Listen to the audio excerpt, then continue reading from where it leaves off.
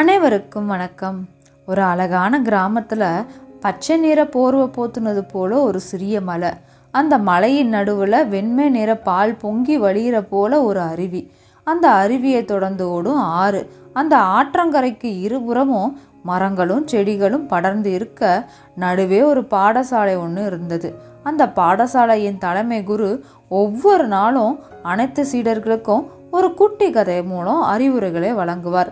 அவ்வாறே அன்றைய நாளில் தனது சீடர்களுக்கு தன்னம்பிக்கையோடு உறுதியாக இருப்பவர் எந்த ஊராக இருந்தாலும் சரி, எந்த நாடாக இருந்தாலும் சரி, எந்த ரூபத்தில் இருந்தாலும் சரி வெற்றி பெறுவர் அப்படிங்கிறதுக்கு ஒரு சிறந்த உதாரணமாக ஒரு கதையை கூற ஆரம்பித்தார்.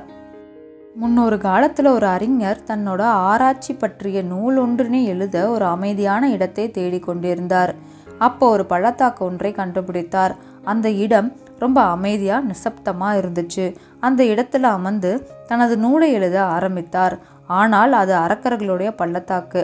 அதை அறியாமல் அந்த இடத்திற்கு அவர் வந்ததால் அரக்கர்கள் அவரை மேலே கோவப்பட்டு, யார் நீ எங்கள் அமைதியை கெடுக்க வந்துட்டியா அப்படின்னாங்க. அதற்கு அந்த அறிஞர், தயவு செய்து என்னை மன்னித்து விடுங்கள், நான் ஒரு அறிஞன், ஆராய்ச்சி நூல் எழுத ஒரு அமைதியான இடத்தை தேடி கொண்டு வந்தேன். அப்போதுதான் இந்த பள்ளத்தாக்கை பார்த்து இங்கே வந்தேன். என்னை மன்னித்து விடுங்கள், நான் இங்கிருந்து உடனே சென்று விடுகிறேன் என்றார். ஆனால் அந்த அரக்கர்கள், அது எப்படி எங்கள் இடத்திற்கு அனுமதி இல்லாமல் வந்ததுக்கு ஒரு விலை கொடுக்க வேணாமா? இதோ இதுதான் அந்த விலை, உன்னை குரங்காக மாற்றி விடுகிறேன், அதுதான் உனக்கான தண்டனை அப்படின்னு அரக்கன் கூறிய மறுகணமே அறிஞர் குரங்காக மாறிவிட்டார். குரங்காக மாறிய அவர் விம்மி விம்மி அழுதுகிட்டே ஒரு மரத்திலிருந்து மற்றொரு மரத்திற்கு தாவி குரங்க போலவே மரத்திலேயே தங்கி சாப்பிட்டு தன் நாட்களை கழித்து கொண்டிருந்தார். சிறிது நாள் கழித்து மரத்திற்கு மரம் தாவி ஆற்றங்கரைக்கு பக்கத்தில் வந்தார். அந்த ஆற்றங்கரையில் ஒரு கப்பல் பாக்தாத் நகரத்திற்கு புறப்பட தயாராக இருந்தது. உடனே இந்த குரங்கு அதில் தாவி ஏறிக்கொண்டது. ஆனால் கப்பலில் இருந்த மக்கள் இந்த குரங்கை கண்டு பயந்து கூச்சலிட்டார்கள்.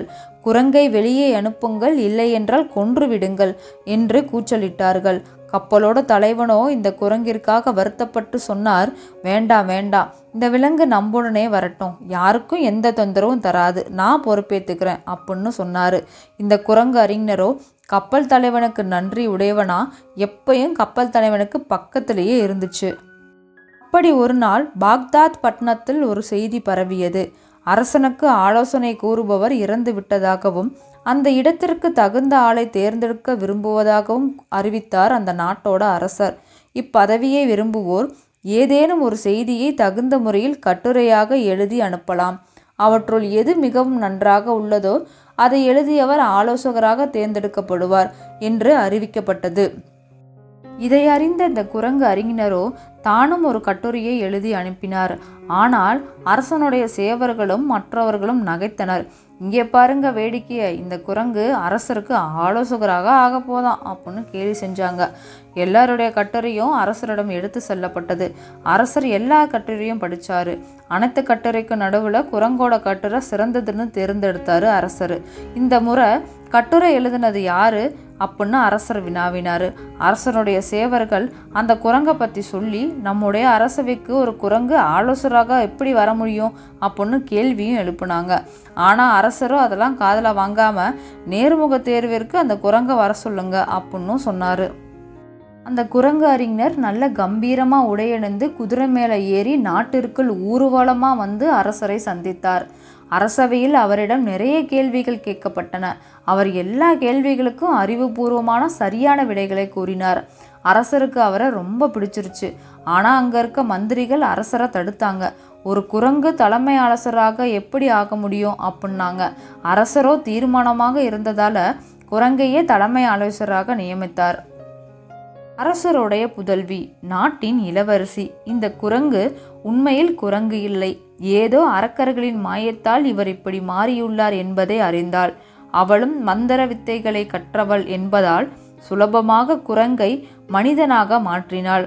இளவரசிக்கு இந்த குரங்கு அறிஞர் நன்றி கூறி பல ஆண்டுகள் நன்றியோடு அரசருக்கு தகுந்த ஆலோசனைகளை வழங்கினார் என்று குரு கூறி இந்த கதையை முடித்தார்.